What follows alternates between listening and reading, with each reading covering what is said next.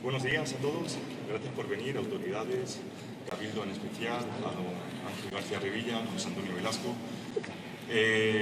a todos los que habéis podido estar en esta mañana lluviosa, fría, pero bueno, ha sido una mañana muy esperada. Desde hace prácticamente febrero de este año queríamos presentar el estudio antropológico de los restos del infante don Pedro y por motivos evidentes se ha tenido que posponer una tras otra vez y bueno, al final hoy estamos todos aquí. Muchas gracias también a José Antonio Lorente Acosta, catedrático de Medicina Legal y Forense de la Universidad de Granada, a José Luis Martín también, jefe del Servicio Radiológico del Hospital Clínico Santecipio de Granada. Y bueno, en principio, muchas gracias en general también a los restauradores del sepulcro del infante don Pedro, Paloma y Graciano, que también van a estar aquí. Y les cuento un poco la presentación. Va a haber una presentación que van a intervenir José Antonio, José Luis también explicando todo el proceso de estudio antropológico. Luego José Antonio Lorente nos hará un breve adelanto de la fase genética del estudio, todavía en desarrollo. Y bueno, luego haremos un turno de preguntas, si queréis alguna pregunta, hacer a los conferenciantes y iremos con Paloma y con Graciano a la sala de Santa Catalina, donde se encuentra el sepulcro. Allí explicaremos todo el proceso, cómo ha pasado, por qué estamos aquí en este momento. Y bueno, estáis invitados a venir con nosotros después y muchas gracias de nuevo. Empieza don Ángel García Revilla de la Catedral de Segovia. Muy buenos días a todos, bienvenidos a esta iglesia madre que es nuestra catedral. Yo creo que la historia de la catedral es la primera vez que el trascoro, no solamente para escuchar el villancico de San Frutos, que este año pues ya os podéis imaginar qué pasa, que nos hayamos encontrado aquí. Saludo al vicario general en nombre de nuestro obispo que lo hace presente, a mis hermanos del Cabildo que están por aquí, unos en un sitio, otros, las autoridades civiles, académicas y todas las personas que habéis sido convocados. En esta mañana, decir de otoño es una hipérbole, más bien había que decir más que invernal. Pues de nuevo, gracias. El Cabildo se siente muy orgulloso. Yo quiero transmitir nuestra gran alegría cuando el 18 de noviembre nos encontramos con algo inesperado. Verdaderamente la historia, el arte, yo quiero ver ahí la mano del Señor en su providencia, nos va regalando tantas cosas. ¿Por qué? Porque detrás de una obra, en este caso estos hallazgos, nos ayuda un poco a reflexionar y a preguntarnos tantas cosas y por qué.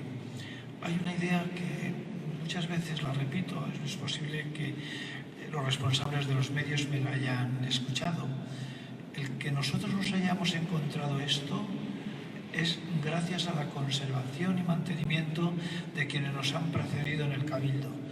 Nosotros tenemos una obligación.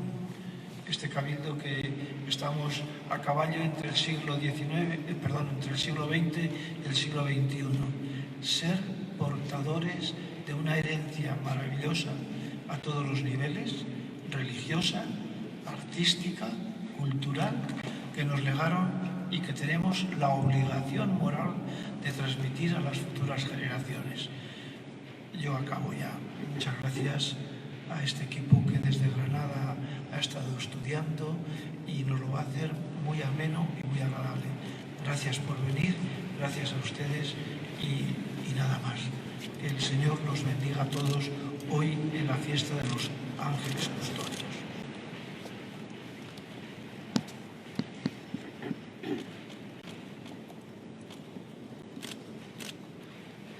Muy buenos días, don Ángel, José Antonio Velasco, excelentísimas e ilustrísimas autoridades aquí presentes, miembros del Cabildo de esta Catedral de Segovia. Soy José Antonio Lorente, profesor de la Universidad de Granada, y es para mí todo un privilegio en nombre de la comunidad universitaria, también en nombre, que lo hará después, de nuestro Hospital Clínico San Cecilio. Aquí está su jefe del Servicio de Radiodiagnóstico, el doctor José Luis Martín.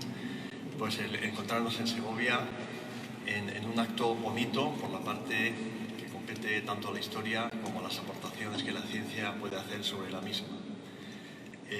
Quizás tendría que comenzar explicando un poco por qué la Universidad de Granada está estudiando este tema. Bien, está estudiando básicamente por dos razones. En primer lugar, porque tenemos un programa de desarrollo que tengo yo el privilegio de poder dirigir dentro de mi departamento de Medicina Legal y Forense, en el área de Genética Forense y en el área de Antropología Física, que consiste en tratar de colaborar para aportar con datos objetivos de tipo científico, antropológico, radiológico, genético, con la ciencia, al estudio de personajes históricos. A nosotros nos interesa básicamente la historia de España, aunque también hemos participado en otros estudios de personajes de fuera de España.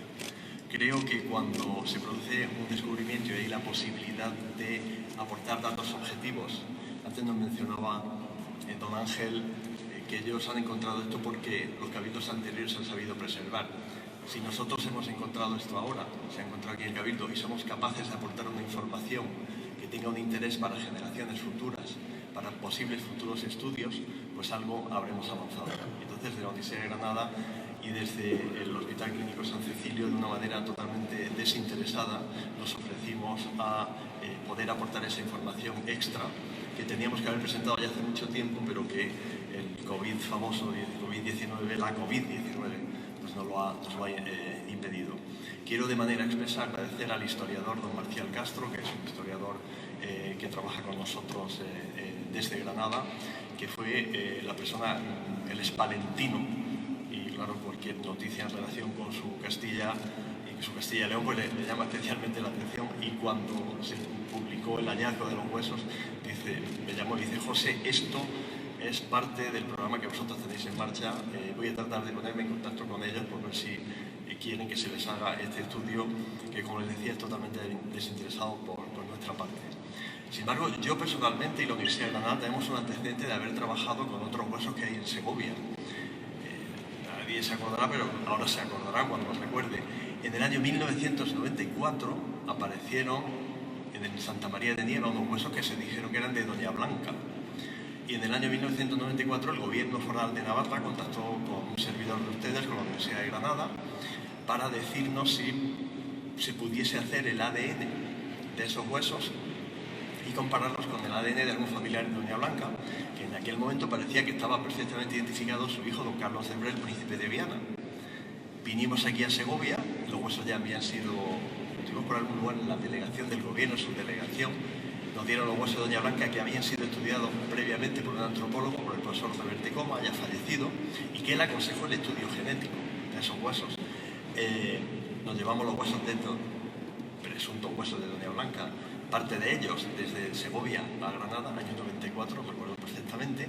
En mayo del 95 fuimos a Poblet con las autoridades de la Comunidad Foral de Navarra, con lógicamente las autoridades de la Generalitat catalana de la época, por el Estado Tarragona, a hacer la exhumación de la tumba del príncipe de Viana. Lo que se descubrió es que había huesos de muchas personas dentro de la misma tumba, dentro de lo que es el mismo féretro, el sarcófago. Entonces, claro, ya a partir de ahí quedó la investigación genética, se hizo, pero no hubo ninguna coincidencia. Total, que el tema está pendiente de resolver, pero desde el año 94 tengo una relación muy especial en ese sentido, desde el punto de vista histórico-genético, con Segovia y con con sus avatares históricos. A partir de ahí, este es un paso más en la colaboración que nosotros hemos querido establecer. Voy a ceder en este momento la palabra al doctor José Luis Martín para que explique un poco el proceso.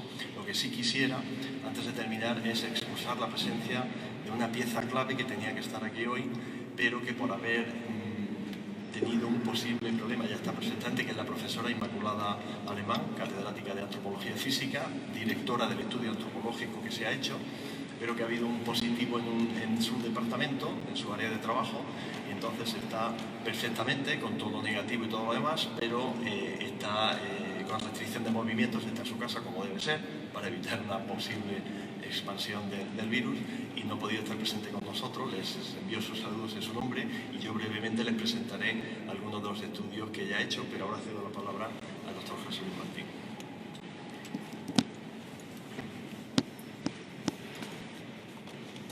tardes, y me uno a las palabras que ha dicho el profesor Lorente, y con el permiso de la autoridad eclesiástica y laicas y civiles que puedan ver aquí, pues voy a empezar una breve presentación de cómo hemos vivido nosotros este proceso de investigación, ¿no? El estudio de los restos óseos del infante don Pedro de Castilla, ¿no?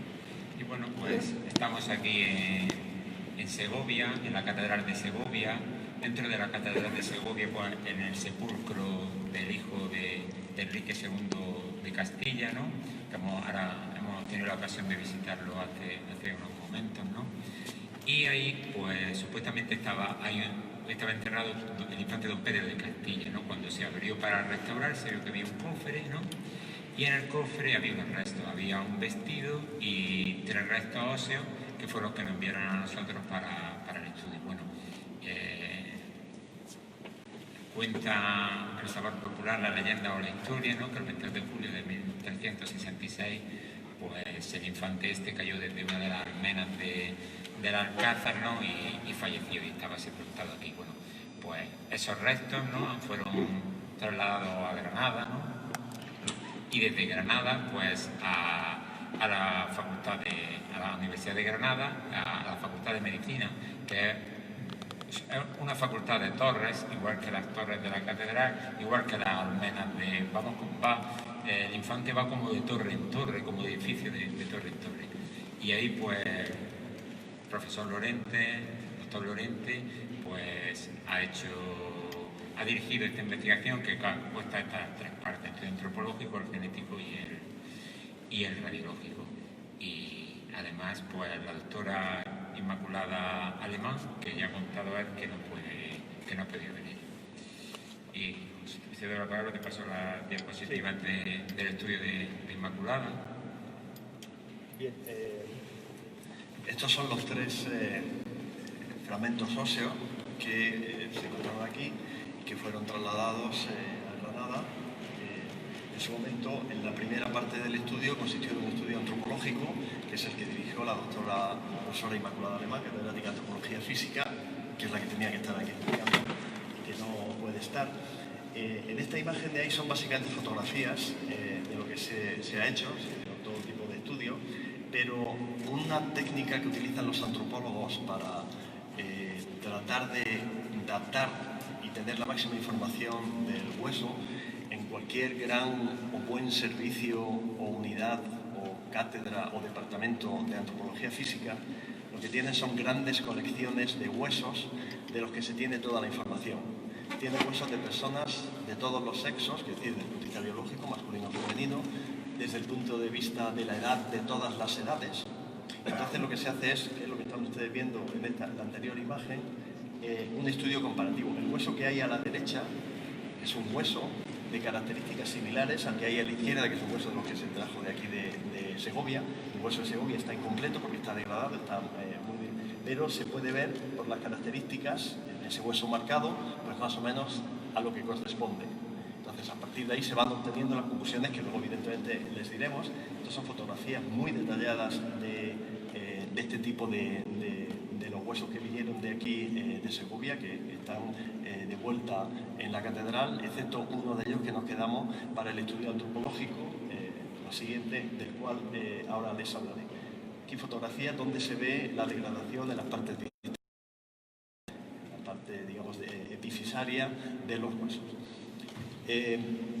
Cuando el doctor José Luis Martín les explique el estudio antropológico, también sabrán las conclusiones a las que se han llegado, que coinciden entre la antropología y el estudio radiológico. Yo sí quiero decirles que está pendiente el estudio genético. El estudio genético por generar una información que sea útil, que quede asociada a una información que corresponde a una línea histórica de una casa real española, en este caso castellana, y que es una información que en un momento determinado puede ser utilizada para ser comparada en el futuro, ya en el presente, en el futuro cercano o en el futuro lejano, con otros tipos de materiales de restos óseos históricos que puedan aparecer en la catedral de Palencia o en cualquier otro lugar. Es una información que queda para la historia para completar desde un punto de vista científico toda la información que sea posible de obtener. El estudio genético estaba planificado para ser realizado a lo largo del mes de marzo, que es justamente cuando empezó lo que ha empezado y lo que todos sabemos, con lo cual en este momento todos los estudios genéticos en nuestro departamento de este tipo están bloqueados hasta que tengamos una posibilidad de realmente trabajar de una manera concentrada y expresa en ello, de tal manera que cuanto sea, nosotros estamos en contacto permanente, lógicamente, con la Catedral de Segovia. En cuanto nos sea posible, yo por ahora la posibilidad la estoy empezando a calcular ya como primavera temprana del año que viene, haremos un estudio genético que directamente en este momento no se va a comparar con nada ni con nadie, pero es la información genética de esos huesos que puede que la obtengamos o puede que no. Es decir, cuando uno hace un análisis genético puede tener un resultado positivo o puede que no. Esperemos que sí, tenemos una tecnología realmente muy avanzada y muy potente, y esperemos, entonces esos datos genéticos vendrían aquí y formarían como un dato más parte de ese patrimonio histórico de Segovia y de su catedral y de los personajes que tienen aquí en este momento. No creo que amerite una rueda de prensa el estudio genético como tal, pero sí que tendrán ustedes un conocimiento, igual que ahora lo van a tener a través de los informes que se les va a hacer entrega del informe antropológico por un lado y del informe radiológico por otro, pues queda pendiente el que les entreguemos el informe genético en cuanto nos sea posible realizarlo, que depende más de las circunstancias que de la capacidad real, de las circunstancias de trabajo, por el tema de la pandemia, que de la capacidad operativa del laboratorio. Bueno, pues Ese estudio antropológico, pues los restos nos los entregaron a nosotros. tras el estudio antropológico, los restos se los entregaron a nosotros al Hospital Universitario Clínico San Cecilio. Es decir, los restos del infante iban de edificio de Torres a otro también edificio de más Torres. Y de ahí pues al servicio de radiología, al servicio de radiodiagnóstico, para que hiciéramos nosotros un estudio de la imagen, a ver si podíamos aportar alguna información, algún valor añadido sobre esos restos óseos. Y nosotros hicimos un TAC que es una especie de máquina que hace radiografías como por cortes, como por secciones, ¿no? Y con una adquisición helicoidal volumétrica, es decir, ahí se quieren los tres restos en su totalidad. Era una especie de radiografías, para que se entienda, de cortes de 0,3 milímetros, es decir, cada milímetro hacíamos 3 cortes de grosor. Eso está archivado en un formato DICOM que es compatible con las imágenes médicas y se puede leer en cualquier sistema de lectura DICOM, ¿no? Y hicimos una impresión 3D de esos restos, ¿no? Los fragmentos es una imagen radiográfica de los 3 fragmentos óseos que ahora detallaremos de uno, ¿no? Pues el primer fragmento, en la imagen de la izquierda se ve la imagen radiográfica, correspondía a una diáfisis, la parte media del fémur izquierdo, ¿no? Y tenía una longitud de un poco más de 8 centímetros, 82 milímetros con 6. Y estaba muy deteriorado. Era el fragmento que había más deteriorado de los 3. Las 3 imágenes de la derecha son la reconstrucción volumétrica para que se vean los 3 perfiles, de ese resto, ¿no? Identificamos como fragmento segundo el que estaba en mejores condiciones, que correspondía a una tibia derecha, ¿no? Era una diáfisis completa, estaba casi toda la tibia, era el hueso más largo, medía casi 10 centímetros, 28 milímetros, y tenía unas características peculiares, que estaba arqueada, un poco más arqueada de lo habitual, ¿no? Tenía como una ligera rotación externa, y la parte distal de esta diáfisis, lo que llega a la metáfisis, el hueso se divide en epífisis, que se articula en la zona que se une a la articulación, metáfisis, el crecimiento, y diáfisis, la zona central. Pues esa parte del crecimiento estaba un poco ensanchado. Esas eran las características peculiares que tenía. Y el tercer fragmento estaba también deteriorado, era el extremo distal de un fémur derecho, como se ha visto en el estudio comparativo en las fotografías de antropología, como ha dicho el doctor Lorente. La osteoteca que tiene el Departamento de Antropología de la Universidad de Granada, es una de las más completas de España, incluso de Europa, y correspondía a una diáfisis completa y parte de la metáfisis distal, y presentaba unas características similares a las de la tibia. También estaba un poco arqueada y la parte que se unía a la metáfisis estaba un poco ensanchada, ¿no? La discusión o la interpretación que hicimos conjuntamente las tres partes implicadas en el estudio, pues era que estos huesos estaban en una fase de desarrollo infantil, eran de una edad menor a la esperada, y que no estaban unidos a las epífisis, es decir, estaban en fase de crecimiento, ¿no? Solo estaban la parte de diáfisis y metáfisis, y no de todos, fundamentalmente de la tibia, ¿no? Que donde veíamos la parte distal de esas diáfisis, las metáfisis estaban ensanchadas, más de lo esperado, que los huesos presentaban una ligera arqueamiento, ¿no? Por los huesos no podíamos determinar el sexo, si era hombre o mujer, si era niño o niña, y que la edad estimada entre el estudio radiológico y las comparaciones antropológicas era aproximadamente de 1 año, con un intervalo de confianza de 6 meses, es decir, estaría entre 6 meses y 1 año y medio de vida, ¿no? Entonces, las conclusiones son que tenemos pues 3 fragmentos óseos, ¿no?, mal conservados, donde no podemos determinar el sexo. La edad media era inferior en teoría, lo estimado en el sepulcro, es decir, 1 año con un intervalo entre 6 meses y 6 meses por encima, es decir, estaría el niño entre 6 meses y año y medio. La segunda conclusión es que las alteraciones observadas sugerían la presencia de que este individuo, de que este niño padeciera un proceso metabólico que altera el desarrollo y produce ciertas modificaciones morfoestructurales en el desarrollo óseo. Y el más compatible era el raquitismo. Es conocido, ¿no?, pues que algunos nobles, por eso de protegerlos del sol, pues los niños apenas tomaban el sol, y entre familias nobles europeas hay también descritos casos de raquitismo entre los infantes. No podemos determinar vitamina D para llegar al diagnóstico exacto de si el infante don Pedro padecía raquitismo o no, pero los hallazgos observados sugieren que tuviera esta patología.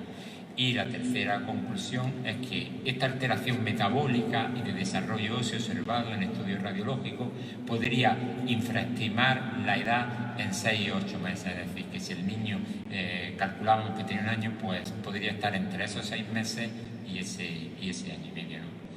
Bueno, pues tras el estudio que hicimos, pues hoy tocaba el regreso de nuestra parte aquí a presentarlo, y hemos hecho una réplica en 3D, con una impresora 3D, de los 3 fragmentos óseos que pasamos ahora a entregar al deán, a don Ángel, para que los conserven aquí en la catedral, en el museo, donde estimen oportuno. Es una réplica a tamaño real, ¿no?, y con todas las características morfoestructurales que tenían los fragmentos originales, que ya se les dio sepultura.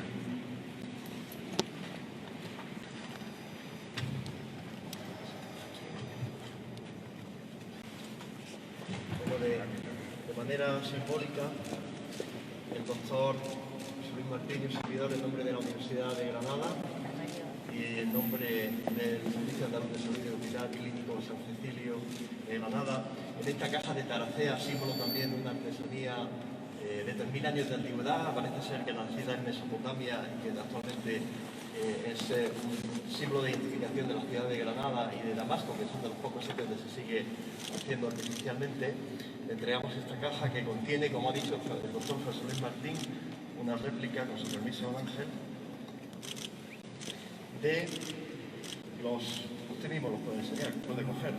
Sí, sí. Bueno, es una escala milimétrica, puede coger el tercero, tridimensional, es decir, es impresa, obtenido con la información que procede del análisis tomográfico del TAC, con lo cual simbólicamente, estos son todos los huesos originales, 2 de ellos volvieron, el tercero ustedes saben que está en Granada para el estudio genético y la parte que no se utilice volverá a Granada, pero estos huesos que son idénticos, simplemente habría que pintarlos un poquito para que tuviese un color ya por algún artista más parecido, podrán ser expuestos de manera visible, incluso en situaciones excepcionales podrán ser tocados y manejados, incluso estudiados en el futuro por otros historiadores sin necesidad, por otros expertos, sin necesidad de acudir a los huesos originales que lógicamente hay que mantener.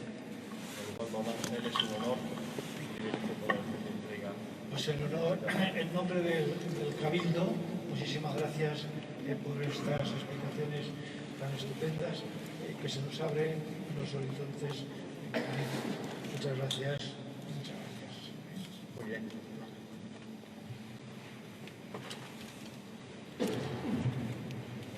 Parte de la base que es niño, si se detectan, que es una de las pruebas principales y directas que hacemos, restos del cromosoma Y, que marca el sexo masculino, varón, macho, desde el punto de vista biológico, pues quedaría determinado que es niño.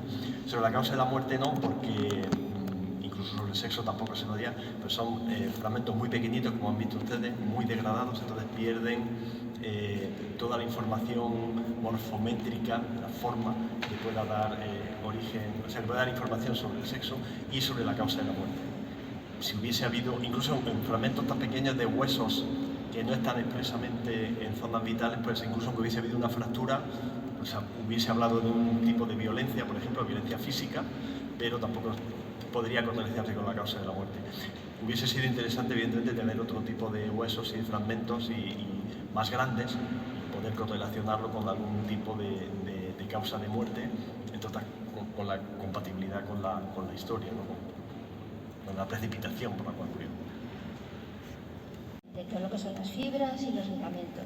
A partir de ahí luego ya todos los procesos de restauración. Aparentemente, por lo que hemos visto en las fotografías que se recogieron cuando se sacaron, sí que se observa, hay 2 túnicas y como un trozo que no está muy en peor estado, y de una de las túnicas sí que por el tamaño coincide básicamente con lo que ellos han sacado de sus conclusiones. Pues eso, un año y medio. La otra túnica es más grande y no sabemos, tenemos que estudiarlos, si tienen relación entre ellas o no. Y estamos en esa fase.